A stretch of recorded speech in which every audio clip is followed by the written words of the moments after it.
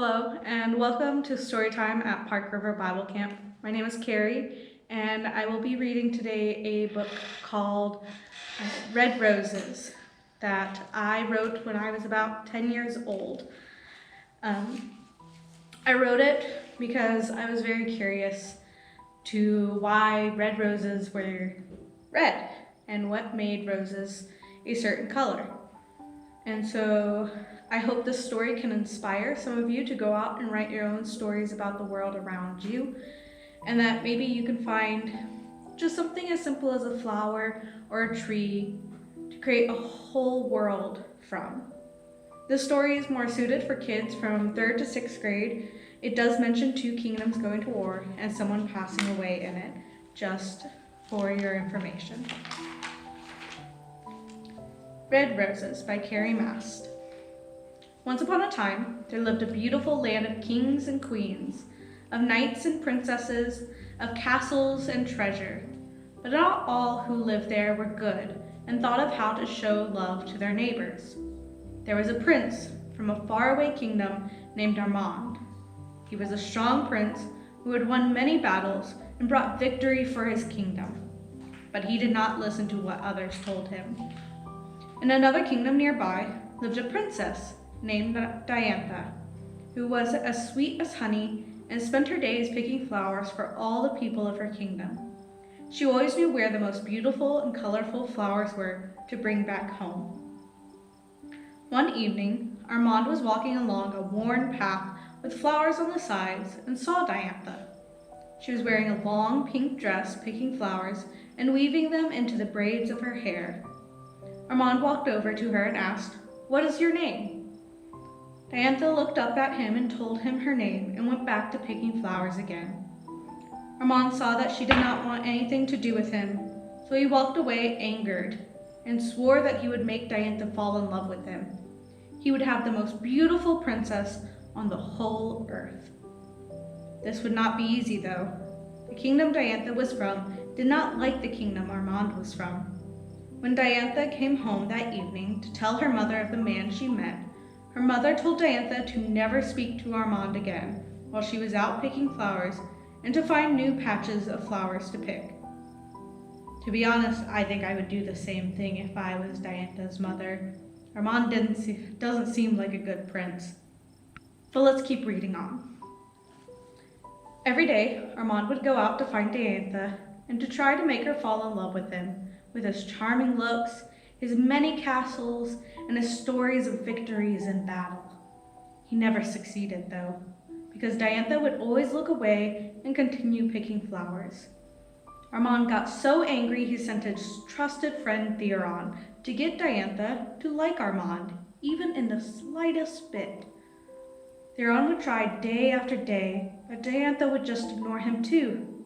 It was not long before Theron had also fallen in love with Diantha, but Diantha never noticed and continued to pick her flowers. Weeks went by like this, until one day, Theron decided that he would pick some flowers with Diantha, in silence. The two said not a word to each other for the few days that passed, and until finally Diantha spoke up and asked Theron for his name. The two would meet up every day after that, and enjoy the outside laughing and playing games together.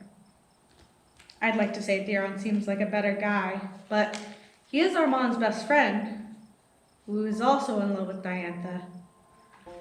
Kind of curious what they'll do, and I wrote this story. One day, Theron had brought a horse from his kingdom to give to Diantha as a way to tell her thank you for showing him how to be kind.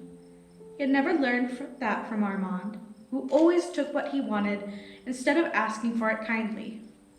Diantha was so happy, but she had nothing to give Theron, so instead she told him that he would always be safe and welcomed in her kingdom. Theron would always return to Armand to tell him that Diantha was not interested in him and did not love him. But Theron seemed to be spending more and more time away from his kingdom, which made Armand very suspicious, which is a way to be curious or to think maybe something's up. One day, Armand decided to follow Theron after he sent him to try and make Diantha fall in love with him. When Diantha saw Theron, she ran to him and gave him a kiss on the cheek. Armand saw this and became very jealous. Armand left because he could not bear to see Theron and Diantha together, and when Armand got back to his palace, he was very mad at his best friend. Later that evening, Theron came back to Armand to tell him that Diantha still did not like him. But Armand was upset with him and did not let him speak. He stood up from his chair and said, "I have seen you and Diantha together, and I forbid you from ever seeing her again. To make sure of this, you are to go to war with her kingdom. She will be hurt without you, and you without her. I desire her kingdom, with or without her, as my queen." Theron nodded his head and said, "Yes, my prince," and slowly walked off, knowing he had hurt and betrayed his friend. Well, that doesn't seem like a very kind thing to do. I don't think I would be able to follow Armand if he asked me to do what he did to Theron. The next day, Theron left to tell Diantha the sad news. He knew what he had to do and was willing to face his punishment. He was loyal to his kingdom and friend more than to Diantha, though he loved her very much. When Diantha saw Theron again, she was surprised by Theron's sad look on his face, but she ran to him anyway. As she ran to him, Theron showed no kind of excitement in his eyes. When Theron told Diantha the sad news, her face went from joyful to dreary, which means to be really, really sad. She begged Theron not to go, but he insisted that he had to face his punishment for going behind his friend's back and not listening to a promise that he had made. Although Diantha seemed sad for the few days they had before Theron had to leave, Diantha was secretly planning to follow Theron to war. The two kingdoms went to war, one to protect itself and the other to rule over it. Diantha's parents decided that she could no longer go out to pick flowers every day, which made her feel even worse. Not only had she lost the only guy she loved, but also her beautiful flowers that were being destroyed by being trampled over by horses and people. However, Diantha still found a way to sneak out of the castle. Every time Theron went into battle, Diantha would watch nearby to know he was safe and to try and pick flowers so she could plant them somewhere safe the following day. During the greatest battle of war, Theron was reaching for an arrow in his quiver, which is kind of the bag that you wear, a lot of people wear on their back, holds the arrows for their bow. But he was hit by an enemy. Diantha rushed to his side in the middle of the battle, with her white roses in hand that she had just picked.